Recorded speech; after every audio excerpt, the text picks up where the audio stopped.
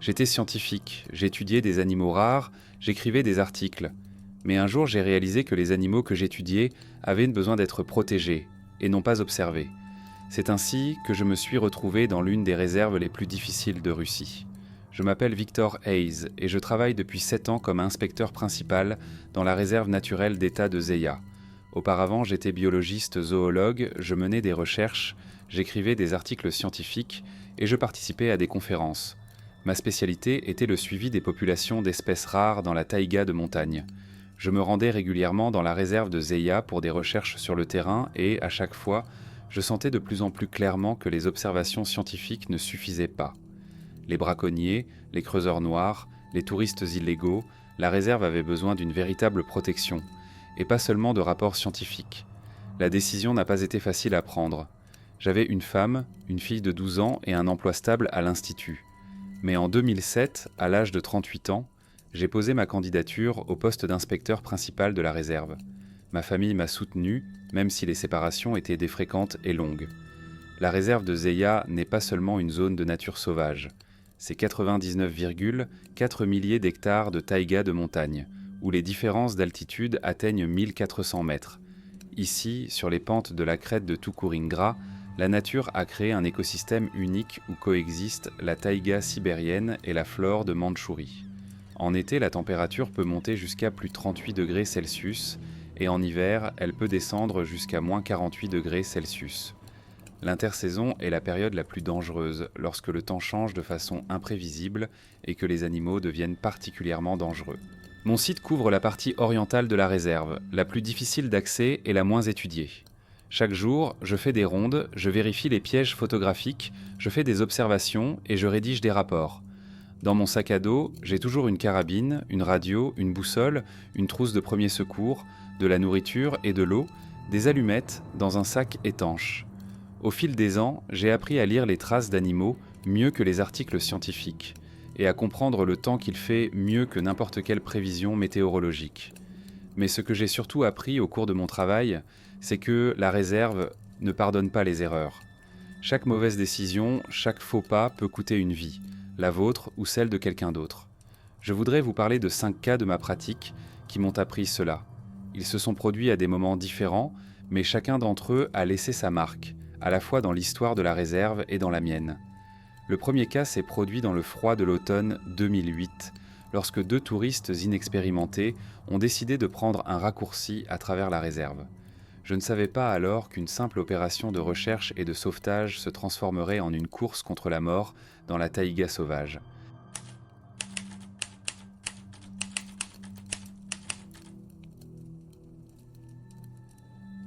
L'appel a été reçu vers 19h40.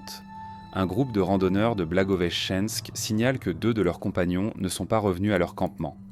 Eric et Nathalie, tous 2 âgés d'une trentaine d'années, décident de prendre un raccourci à travers le secteur et de la réserve pour attraper le dernier bus. Ils n'avaient qu'un minimum d'équipement avec eux, juste de petits sacs à dos avec des snacks et de l'eau. Ils étaient censés être de retour à 17h, mais leur téléphone était hors de portée depuis plusieurs heures.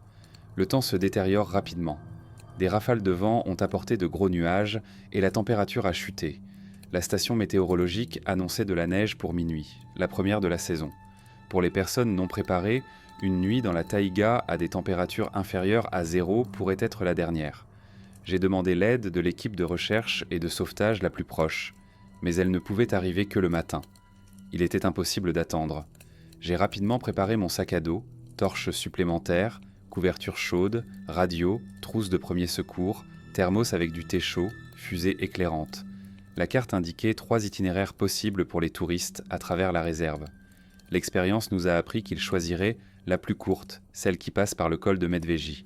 À 20h15, j'étais déjà sur le sentier, éclairant le chemin à l'aide d'une lampe frontale. Le vent froid soufflait sur mon visage, apportant les premiers flocons de neige.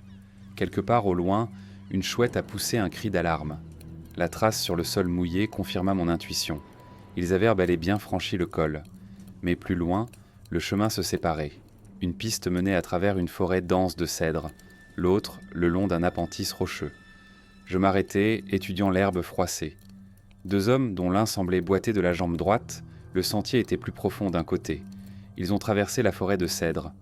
C'était leur première erreur. Dans l'obscurité, il était facile de se perdre dans les arbres denses. Après une heure d'escalade, j'ai trouvé leur premier campement. De la mousse, un emballage de barres de chocolat. Ici, ils continuaient à marcher régulièrement. Mais plus loin, les pistes ont commencé à faire des boucles. Les touristes ont manifestement perdu le sens de l'orientation. La partie la plus dangereuse se profilait à l'horizon.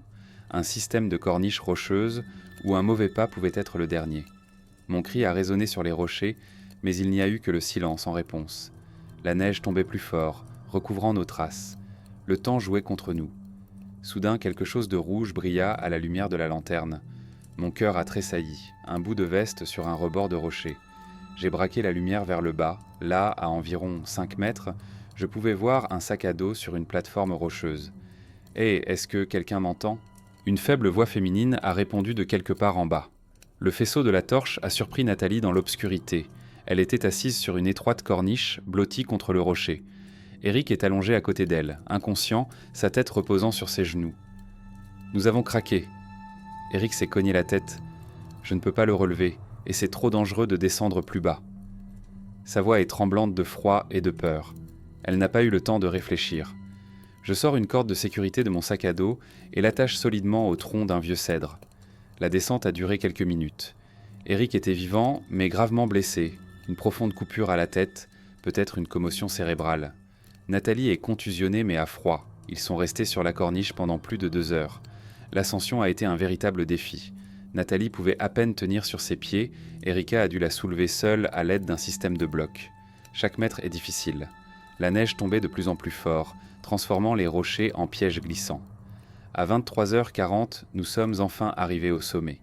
J'ai rapidement déplié la couverture de secours et sorti un thermos. Pendant que Nathalie buvait du thé chaud, j'ai soigné la blessure d'Erika. Heureusement, l'hémorragie s'était déjà arrêtée. J'ai injecté des analgésiques de la trousse de secours et j'ai appliqué un bandage.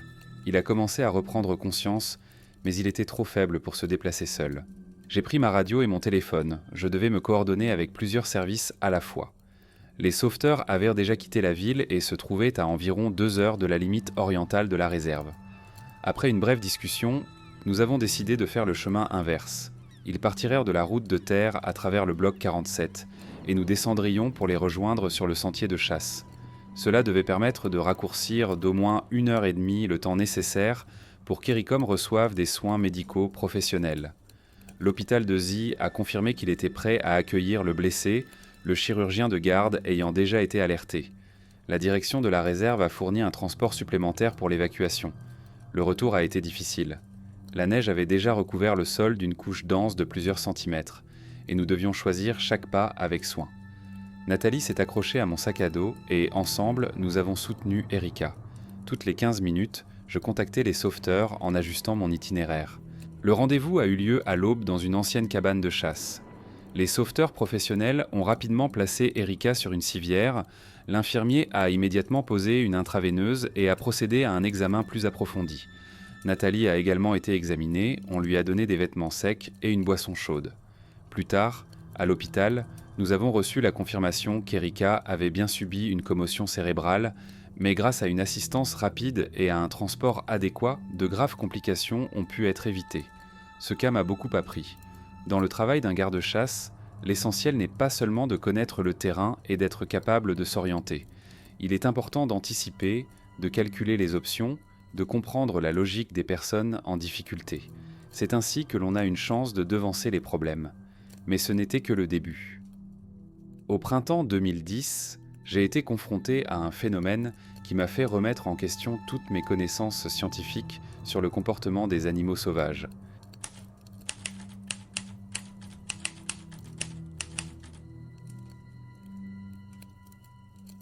À la fin du mois de mars, la neige a commencé à fondre activement dans la réserve. Les températures diurnes atteignaient jusqu'à 5 degrés Celsius et les températures nocturnes étaient à peine inférieures au point de congélation. À cette époque de l'année, le comportement des animaux est généralement prévisible. Les ours sortent de leur hibernation, les ongulés descendent dans les vallées pour profiter de la première verdure et la saison de reproduction des oiseaux commence. Mon itinéraire habituel passait par le secteur haie de la réserve où je vérifiais les pièges photographiques et enregistrais les traces d'animaux. Le 27 mars, en passant sur la pente du rocher Kamenistaya, j'ai remarqué quelque chose d'inhabituel. Un grand groupe d'environ 15 bœufs musqués se tenait immobile, regardant vers un seul point. C'était étrange car, d'habitude, à cette période, ils étaient en train de se nourrir activement. J'ai sorti mes jumelles et j'ai commencé à observer. Au bout de 10 minutes, plusieurs autres chevreuils ont rejoint le groupe, puis une famille de sangliers. Ils ne se montraient ni agressifs ni craintifs les uns envers les autres. Ils se tenaient debout et regardèrent vers la chaîne de montagnes. En tant que biologiste, je n'avais jamais rencontré un tel comportement. Dans mon journal de terrain, j'ai noté l'heure, les coordonnées et la composition de ce rassemblement inhabituel. J'ai décidé de rester et d'observer. Le soir venu, le nombre d'animaux n'avait fait qu'augmenter. Des loups sont apparus, mais ils n'ont pas manifesté d'intérêt pour la chasse. De plus, ils ont pris position à proximité des victimes potentielles. Le soir venu, je me suis installé dans une tente de chasse située à proximité. À la lumière de la pleine lune, l'image semblait presque fantastique. Les prédateurs et les herbivores étaient rassemblés comme s'ils attendaient quelque chose. Vers le matin, les premiers signes d'inquiétude sont apparus. Les animaux commencent à se déplacer d'un pied à l'autre, à renifler. Certains émettent des bruits d'inquiétude.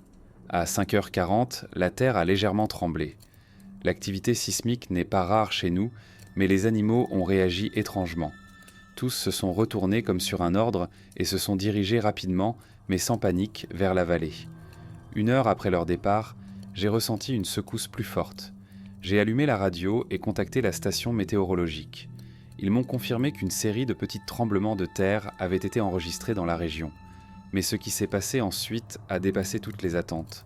À midi, un important glissement de terrain s'est produit depuis le sommet de la crête, bloquant complètement l'une des gorges de la montagne. Si les animaux étaient restés à leur place habituelle, beaucoup auraient pu mourir. Le soir, en parcourant les notes, je me suis souvenu de mes recherches universitaires sur la capacité des animaux à anticiper les catastrophes naturelles. Mais c'était une chose de lire des articles à ce sujet dans des revues scientifiques, et une autre de voir de mes propres yeux comment différentes espèces, oubliant leur inimitié naturelle, s'unissaient et s'éloignaient du danger. Au cours de la semaine suivante, j'ai observé le retour progressif des animaux sur leur territoire de familier. Tous les animaux, à l'exception de la meute de loups, s'étaient rendus dans la partie nord de la réserve. C'était comme si quelque chose leur disait que le secteur sud n'était pas encore sûr. Et je ne m'étais pas trompé. 3 jours plus tard, un deuxième glissement de terrain, encore plus puissant que le premier, s'est produit. Mais à ce moment-là, tous les animaux avaient quitté la zone dangereuse. Cela m'a fait repenser à beaucoup de choses que je savais sur les animaux sauvages. Peut-être ont-ils des sens et des capacités que nous, les humains, avons perdues depuis longtemps ou que nous n'avons peut-être jamais eues. Et parfois, cela vaut la peine de les observer et d'apprendre d'eux. Mais toutes mes réflexions sur la sagesse naturelle des animaux ont été éclipsées au cours de l'été 2011, lorsque des invités inattendus sont apparus dans la réserve, intéressés par des phénomènes qui n'avaient rien de naturel.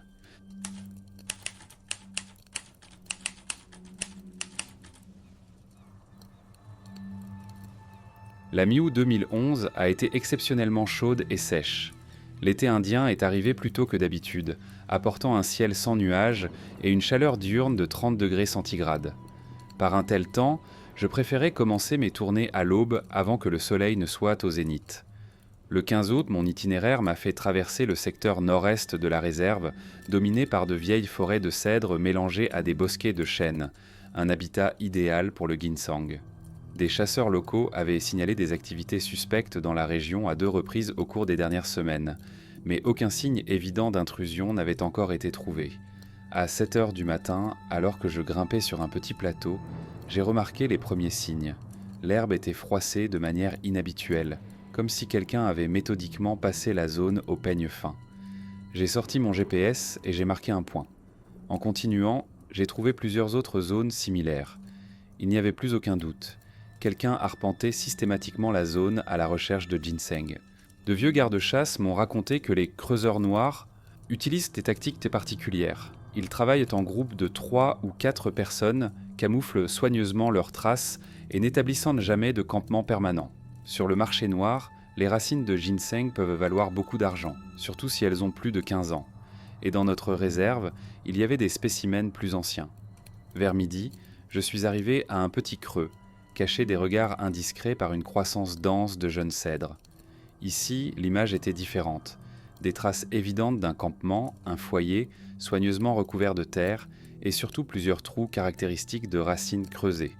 J'ai ressorti le navigateur, pris des notes, et photographié les traces. Soudain, une ombre a surgi dans les buissons. Je me suis figé, écoutant les bruits de la forêt. Le silence semblait anormal, pas d'oiseaux, pas de petits animaux. Seul le léger bruissement des feuilles dans le vent. Lentement, j'ai sorti mes jumelles et j'ai commencé à observer les environs. Sur le versant opposé, à 300 mètres de là, j'ai remarqué un mouvement. Une silhouette humaine se déplaçait rapidement entre les arbres, ne voulant manifestement pas être vue. Je me suis baissé et j'ai commencé à me déplacer lentement vers le bord du creux où la végétation était plus dense. Le talkie-walkie à ma ceinture a émis un léger bip. L'officier de service demandait une session de communication programmée. J'ai dû ignorer l'appel. Il était maintenant plus important de savoir combien d'intrus se trouvaient dans la forêt et où se trouvait leur camp principal. En suivant la piste à peine visible des animaux, j'ai grimpé plus haut sur la pente d'où je pouvais avoir une meilleure vue. Et je ne me suis pas trompé. À environ un demi-kilomètre, dans une petite fissure, j'ai pu apercevoir les tentes. Un équipement professionnel, un matériel spécial pour creuser et transporter les racines. Je compte 4 hommes, tous de forte corpulence. L'un d'eux, couteau de chasse à la ceinture, regarde constamment autour de lui.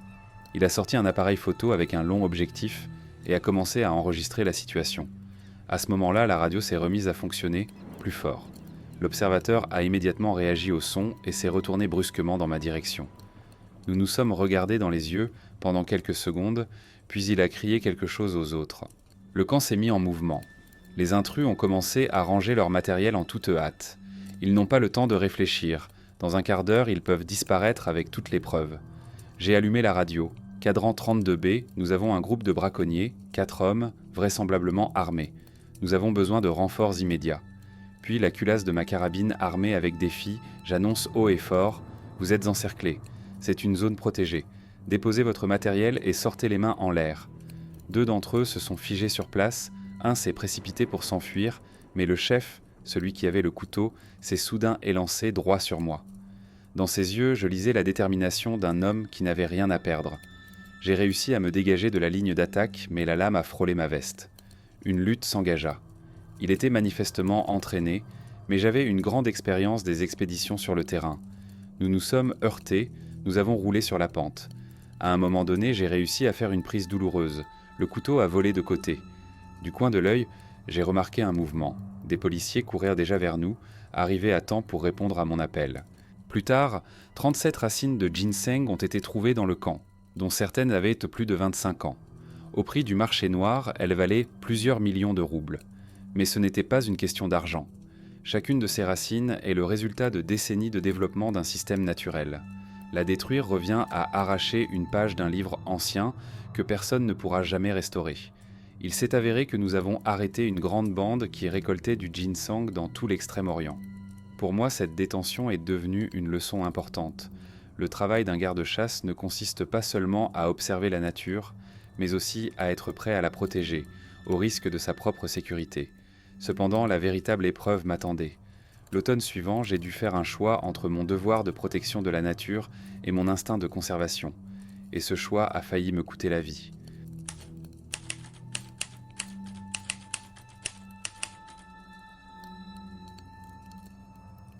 L'automne 2012 m'a donné une leçon que je n'oublierai jamais.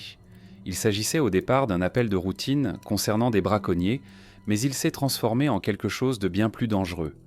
Le 12 octobre, vers 6 heures du soir, j'ai reçu un appel de chasseurs locaux. Un groupe suspect avec des armes avait été repéré dans la région de Falcon Ridge. À cette époque de l'année, la chasse légale y est interdite. C'est la période de rude du cerf musqué. D'habitude, je ne sors pas la nuit, mais l'information était alarmante.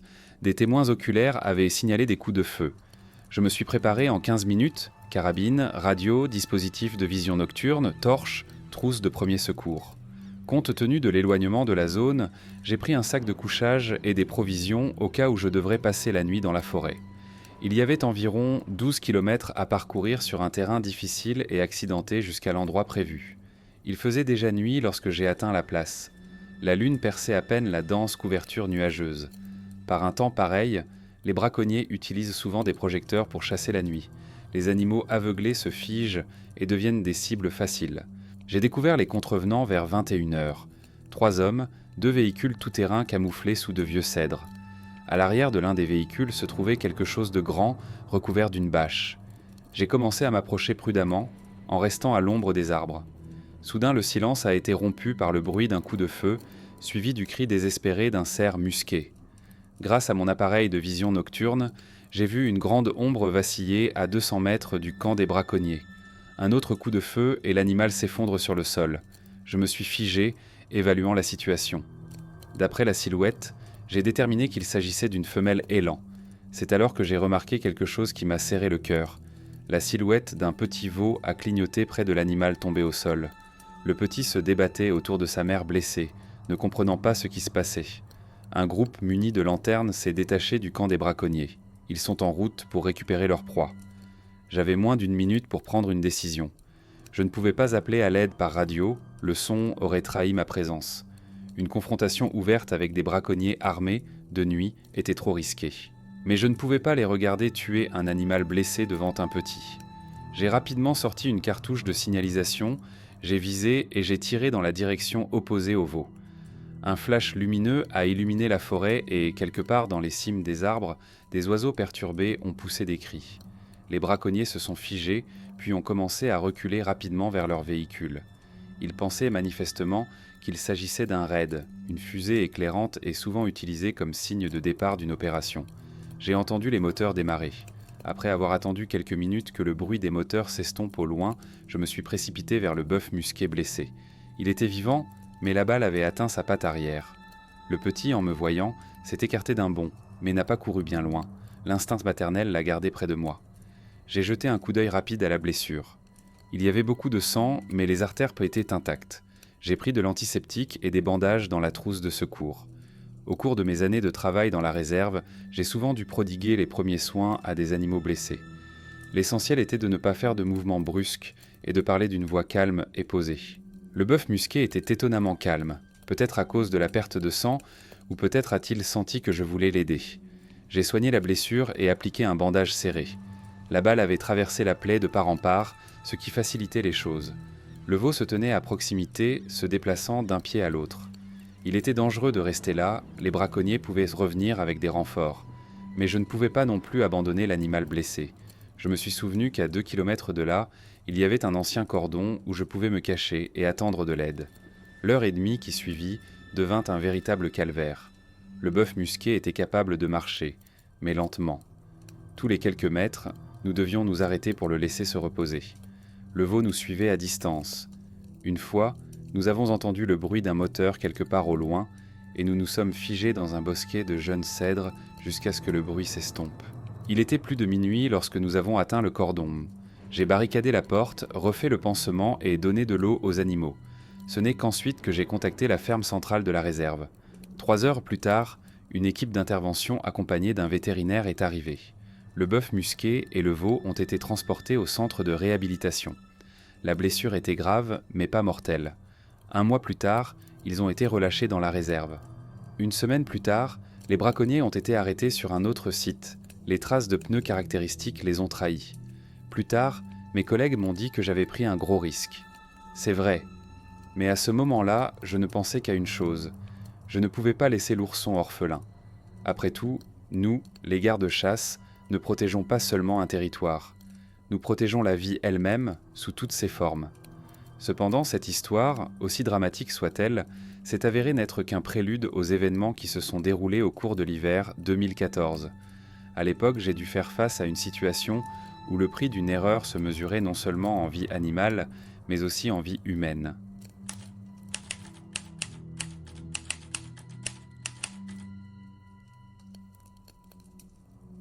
L'hiver 2014 a changé à jamais ma perception du prix qu'il faut parfois payer pour être fidèle au devoir. Les événements de cette époque me reviennent encore en cauchemar. Le 27 janvier a été particulièrement froid, le thermomètre affichant moins 42 degrés Celsius. Par une telle journée, même les gardes-chasse expérimentés préfèrent rester sur les cordons. Mais Thomas Whitakera, mon collègue principal et mon mentor, avait prévu de faire le tour de la section extérieure. Il travaille dans la réserve depuis plus de 20 ans et connaît la taïga comme sa poche. Il n'y a plus que 6 heures sur la route, disait-il à la radio le matin. Je serai rentré à 4 heures. Le temps est rude, mais la route est familière. C'est la dernière conversation que nous avons eue. À 16h30, lorsque sa connexion a été interrompue, je n'y ai pas prêté attention. Il y a souvent des interférences dans cette zone. Mais à 18h, lorsque Thomas ne m'a pas recontacté, les premières inquiétudes sont apparues. À 19h, après la 3e tentative de contact, j'ai compris que quelque chose n'allait pas. J'ai rapidement constitué un kit d'urgence. Des piles supplémentaires pour la torche, des fusées éclairantes, des couvertures chaudes, un thermos avec du thé chaud et des fournitures d'urgence. Le thermomètre affichait déjà moins 45 degrés Celsius et les météorologues promettaient un refroidissement encore plus important. À de telles températures, une personne sans abri ne peut tenir plus de quelques heures. À 19h30, j'étais déjà sur la motoneige. Les phares traversaient l'obscurité croissante, le givre brûlant même à travers mon masque. D'après mes calculs, Thomas devait passer par les terres de Medvegier et déboucher sur l'ancienne clairière. C'est le chemin le plus court, mais il est traître en hiver. Il y a souvent de la glace sous la neige. 1 heure plus tard, j'ai trouvé les premières traces, une piste couverte de neige fraîche. La direction coïncidait avec l'itinéraire prévu par Tomasa. En la suivant, j'ai atteint la descente dans la fissure. Là, la trace s'est interrompue. Le faisceau d'une torche a révélé les traces d'une chute et d'un ski cassé. Un peu plus loin, il y avait des marques distinctives dans la neige, comme si un homme avait essayé de ramper. Mon cœur se serre d'un mauvais pressentiment. En descendant, je l'ai vu. Thomas était allongé au pied de la pente, partiellement recouvert de neige. Inconscient, mais vivant, son faible souffle formait une légère vapeur à la lumière de la lanterne. Un sac à dos contenant une radio gisait à proximité. Il s'était brisé dans la chute. Apparemment, il avait glissé sur de la glace cachée, cassé un ski et s'était gravement blessé dans la chute. J'ai vérifié son pouls, faible mais régulier. Les pupilles réagissaient à la lumière. À l'examen, j'ai constaté une grave contusion à la tête et probablement une jambe cassée. Mais le principal ennemi était le gel. Thomas était allongé dans la neige depuis plusieurs heures et l'hypothermie était critique. J'ai sorti un sac de couchage et une couverture thermique et j'ai commencé à lui frotter les mains et le visage. J'ai déballé les blocs thermiques et les ai glissés dans ses vêtements. J'ai appelé les secours par radio, mais l'hélicoptère ne pouvait pas arriver par un temps pareil. L'équipe de secours la plus proche était à 4 heures de route. Il était urgent de mettre Thomasa au chaud. L'abri le plus proche était une vieille maison d'hiver située à 3 km. Le charger sur la motoneige n'était pas une tâche facile. Chaque mouvement imprudent pouvait aggraver ses blessures. Je l'ai attaché avec des sangles spéciales, je l'ai recouvert de thermopack et j'ai commencé à avancer lentement vers le refuge. Le voyage semblait interminable. Chaque bosse, chaque dénivellation me faisait frémir à l'idée de la douleur qu'elle causait à l'homme blessé. De temps en temps, Thomas reprenait conscience, marmonnant quelque chose à propos des traces d'ours qu'il avait remarquées avant de tomber. Nous atteignîmes la cabane en 1h30. Je fis chauffer la cuisinière et préparai un lit. Thomas était dans un état semi-délirant, sa température corporelle restait extrêmement basse. J'ai fait tout ce que j'avais appris lors des cours de premiers secours. Friction, boisson chaude en petites portions, surveillance constante de l'état de conscience. 2 équipes de secours sont arrivées jusqu'à nous, mais le temps a continué à se dégrader. Une tempête de neige s'est déclenchée, la visibilité a chuté à quelques mètres. À un moment donné, Thomas a repris conscience. Il m'a regardé et m'a dit calmement « Je suis désolé, Victor. Je n'ai pas fait attention. Je t'ai toujours dit de faire attention. » Ce furent ses derniers mots. 1 heure plus tard, son cœur s'est arrêté. Moi et les gars de l'équipe de secours, qui ne sont arrivés que le matin, avons lutté pour sa vie pendant plus de 3 heures. Mais les effets des blessures et de l'hypothermie étaient irréversibles. Ensuite, il y a eu l'enquête, les rapports officiels, les funérailles. Il s'est avéré que Thomas avait effectivement trouvé des empreintes fraîches d'un ours cafardeux, confirmées plus tard par l'équipe de recherche. Il était pressé d'avertir tout le monde du danger, et cette hâte lui a coûté la vie. Pendant longtemps, je ne me suis pas pardonné de ne pas avoir insisté pour qu'il annule ses rondes par un temps pareil et de ne pas avoir organisé une sortie commune. Je me suis reproché de ne pas avoir commencé les recherches plus tôt. Mais avec le temps, j'ai compris qu'il n'y a pas de garantie dans notre travail. Nous prenons des décisions sur la base de notre expérience et de nos connaissances, mais la nature peut toujours nous donner une leçon dont le prix est la vie. Après ces événements, je suis devenu une personne différente, plus attentive aux détails, plus prudente dans mes décisions. Aujourd'hui, lorsque je pars sur la route, je me souviens toujours de Thomasa et des leçons qu'il m'a apprises au fil des ans. Sa mort m'a montré que le métier de garde-chasse n'est pas seulement un service. C'est un mode de vie où chaque jour pourrait être le dernier, mais où nous continuons à parcourir la piste, parce que quelqu'un doit assurer la sécurité de ce monde rude et magnifique qu'est la faune sauvage. Cette année de travail dans la réserve m'ont beaucoup appris. Chacune de ces histoires a laissé sa marque dans mon âme, m'a changé en tant que personne et en tant que professionnel. Aujourd'hui, en marchant sur des sentiers familiers, je m'arrête souvent dans des endroits mémorables. Ici, nous avons retrouvé des touristes égarés, là nous avons rencontré des braconniers, et sur cette pente, nous avons sauvé un cerf musqué blessé avec son petit. Il y a un modeste panneau commémoratif en l'honneur de Thomas Petrovitch, une simple croix en bois que nous avons installée près de tout le cordon. La taïga ne pardonne pas les erreurs et ne donne pas d'indulgence, mais elle partage généreusement sa sagesse avec ceux qui sont prêts à apprendre. Au fil des ans, j'ai compris l'essentiel. Notre travail n'est pas seulement un poste ou une profession, c'est une vocation. Nous ne protégeons pas seulement le territoire, nous préservons le monde entier, ancien et infiniment complexe, où tout est interconnecté. Chaque matin, en partant sur la route, je sais que cette journée peut apporter n'importe quoi, des rondes de routine aux dangers mortels. Et à chaque fois, je refais le choix de rester fidèle à mon devoir, quel qu'en soit le prix. Parce que quelqu'un doit être le gardien de ces bois. Qu'en pensez-vous ? Seriez-vous capable de quitter votre vie citadine habituelle pour travailler dans la taïga ? Êtes-vous prêt à risquer votre vie pour protéger la nature ? Et surtout, connaissez-vous des gardes-chasse ? Partagez leur histoire dans les commentaires. Peut-être certains d'entre vous rêvent-ils d'associer leur vie à la protection de la nature. Dites-nous ce qui vous attire dans cette profession. Quelles histoires de la vie d'une réserve naturelle aimeriez-vous entendre la prochaine fois ? Si vous avez aimé cette histoire, soutenez la chaîne en l'aimant et en vous abonnant. Nous avons encore beaucoup d'autres histoires étonnantes à raconter sur des personnes qui ont consacré leur vie à la protection de la faune et de la flore. Rendez-vous dans les prochains numéros. Et n'oubliez pas que nous avons tous le choix, être un simple observateur ou être un gardien de ce qui nous est cher.